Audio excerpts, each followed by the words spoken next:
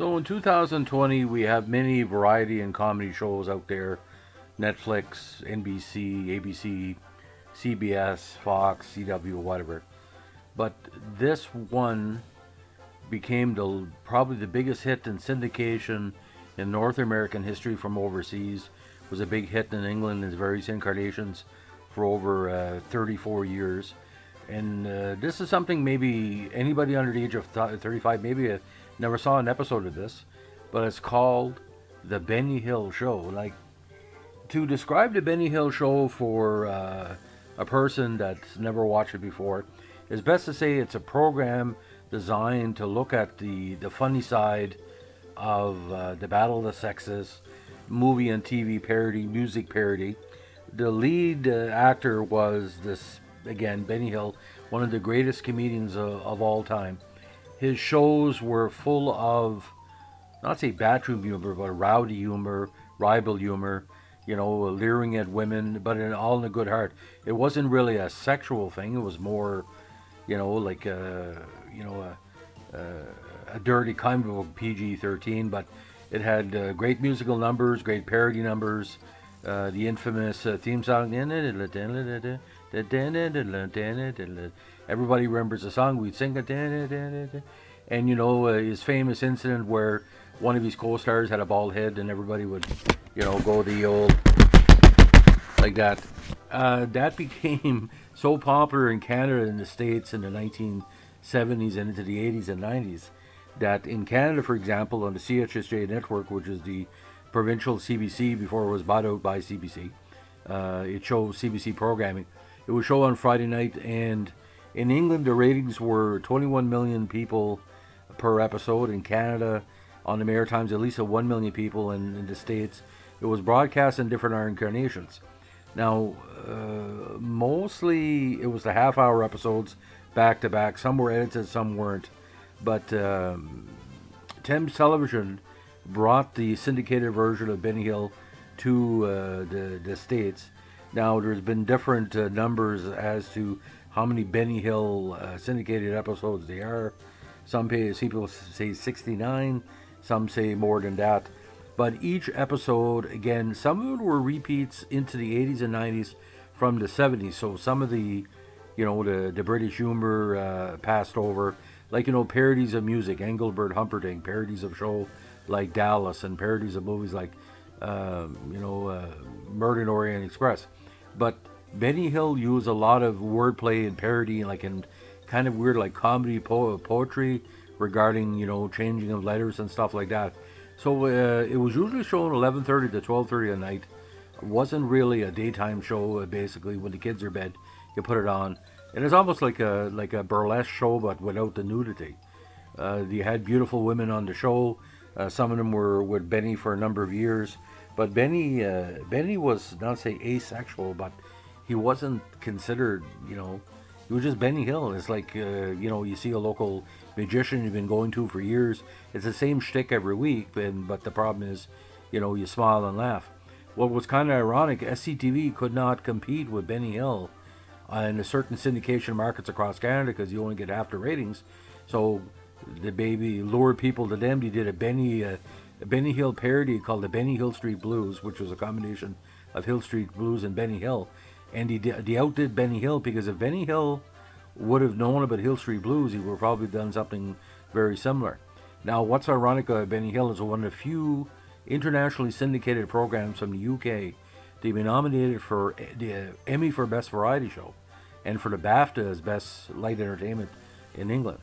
But a Benny Hill show, when it was at its best, you would basically know what the jokes are. Now, the famous skits are pretty well known to a lot of people. The most famous one for me is the hippie, or the 1970s hippie, playing pool or billiards with a beautiful woman across the way, and he's so enamored by the woman, he's using different ways to distract his opponent with the chatteling of the jewelry, and he eventually loses the match because she's sitting across the way, and her beauty really overcomes him, and he rips the pool table with his pool cue because he's so excited. But I can't remember much nudity in the show. I can't remember much more than PG-13. But for me, like, I mean, being a literary person, the poetry that in the lines, but also there was a very, very if I'm not mistaken, it was a parody of British music shows where the lead singer would do a song like Kelly Clarkson does an opening song now in her show, but in this case, Benny Hill was singing "Pretty Girl Is Like a Melody." He had to go up a whole bunch of steps to get the next woman, come all the way back down, go all the way back up, come all the way back down, and it was kind of a parody within a parody within a parody. Saturday Night Live couldn't compete with Benny Hill. Fridays couldn't compete with Benny Hill. Uh, Even Johnny Carson. I mean, we didn't see Saturday Night Live on CBC, despite the fact it was big Canadian content with Dan Aykroyd and Gilda Radner and everybody else. Benny Hill was our Friday night and our Saturday night events, but for some reason, their Friday nights was the best time for Benny Hill because it was after the late news on CHSJ. Sometimes before like a 12:30 movie, but and it was probably one of the most taped programs of the VCR generation. I do remember a lot of people taping the show. Now, Benny Hill is available on DVD in many formats, mostly unedited. But just to recap, according to published reports, the original Benny Hill show was on BBC One, on and off from 55 to 68. 32 episodes were made, of course, in black and white, which was rarely in syndication. The ATV and ITV version from 57 to 67, 9 black and white episodes. The Benny Hill show that we remember, the early years and the revival, 58 episodes were made, and that's where the confusion comes in with the syndication package, because sometimes there's greatest hits within the package, but sometimes it was half-hour episodes. Now, there's also a special broadcast called Benny Hill Down Under that was held on Channel 10 in 1977, and the infamous episode that he went to New York, it was on the USA Network, kind of a pilot. It's called Benny Hill's World Tour New York. Didn't go anyplace. Now, Benny Hill also had a sitcom in between 62 and 63, and he also did silent films of all things, so it was sort of a throwback. But Benny Hill has had different controversy over the years because many people felt he was shafted by the fact that the show was cancelled despite the fact it was high ratings. Some people say there was too many complaints about the content from certain women's groups and human rights groups, but it got to a point where the show was a little bit too expensive. According to many reports, each episode costs around $1 million because the enormous amount of sets, the enormous amount of quality in the production, the music and all that. But there's also a rumor that every week the theme to the show was re-recorded every week. I don't know if that's true or not, but it would be similar to the song Buffalo Walk and the Mana Mana song.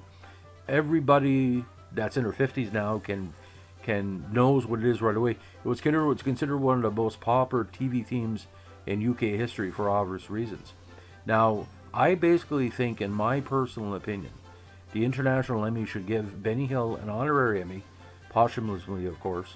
And if there was a Comedy Hall of Fame in Canada that could put him in, if there was an international group, I compare him for the impact of comedy, not on the comedians, but in popularity to Monty Python. Because Monty Python is a little bit similar in certain ways, but the quality of the effort, and Benny was like a lot of improv, and he allegedly directed all the episodes too, under the table, because he knew what he wanted. So he was ad-libbing and expanding as you go, but I would love to see the outtakes of certain scenes, because he did have these same people all the time, like he's players, and he would do different parodies of actors and sometimes actresses. But let's not talk about the cross dressing, because he was a very ugly cross dresser. Anyway, for anybody out there who hasn't seen Benny Hill, there's YouTube versions there, but the chop version mostly. But I would suspect imported DVDs through eBay would be available for anybody who wants to check it out.